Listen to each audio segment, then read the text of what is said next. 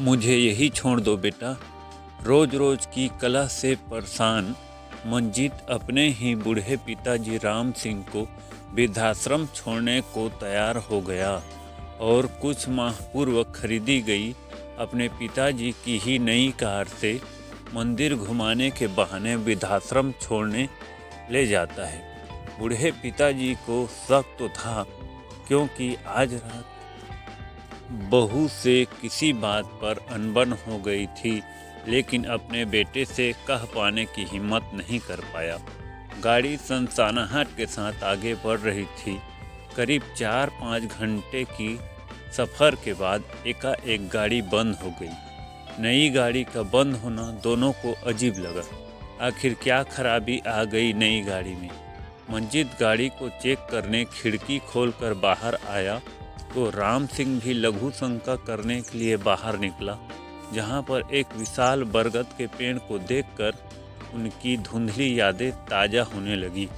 आज से करीब 20 साल पहले की ही बात है, जब बूढ़े राम सिंह के पिताजी नई मोटरसाइकिल खरीदी थी और उनके चंद दिनों बाद ही अपनी पत्नी से परेशान होकर राम जी अपने पिताजी को मंदिर जाने के बहाने वृद्धाश्रम छोड़ने जा रहा था और इसी बरगद के नीचे उनकी नई मोटरसाइकिल खराब हो गई थी। जब राम सिंह के पिताजी को पता चला मंदिर दर्शन नहीं बल्कि वृद्धाश्रम छोड़ने ले जा रहा है, तो उन्होंने अपने बेटे से बहुत मिन्नत की, लेकिन राम सिंह गाड़ी के ठीक होते ही अपने बूढ़े पिता को वही छोड़कर वापस घर आ गया। जहां अगले दिन अखबार के माध्यम से पता चला कि एक बुजुर्ग को जंगली जानवरों ने नोच नोच कर खा डाला। आज वक्त का पहिया फिर वही जगह आया है। कार का बिगड़ना इत्तेफाक नहीं, ईश्वर का संकेत है। जो बीज बोया है उसे तो काटना ही पड़ेगा।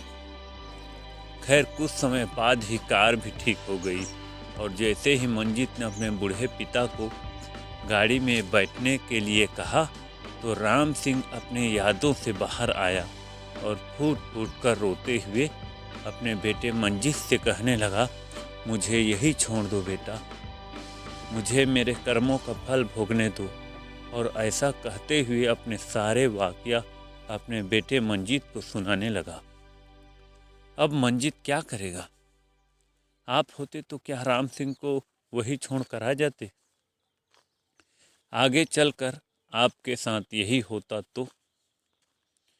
कहानी का सार, जैसा बोओगे वैसा काटोगे।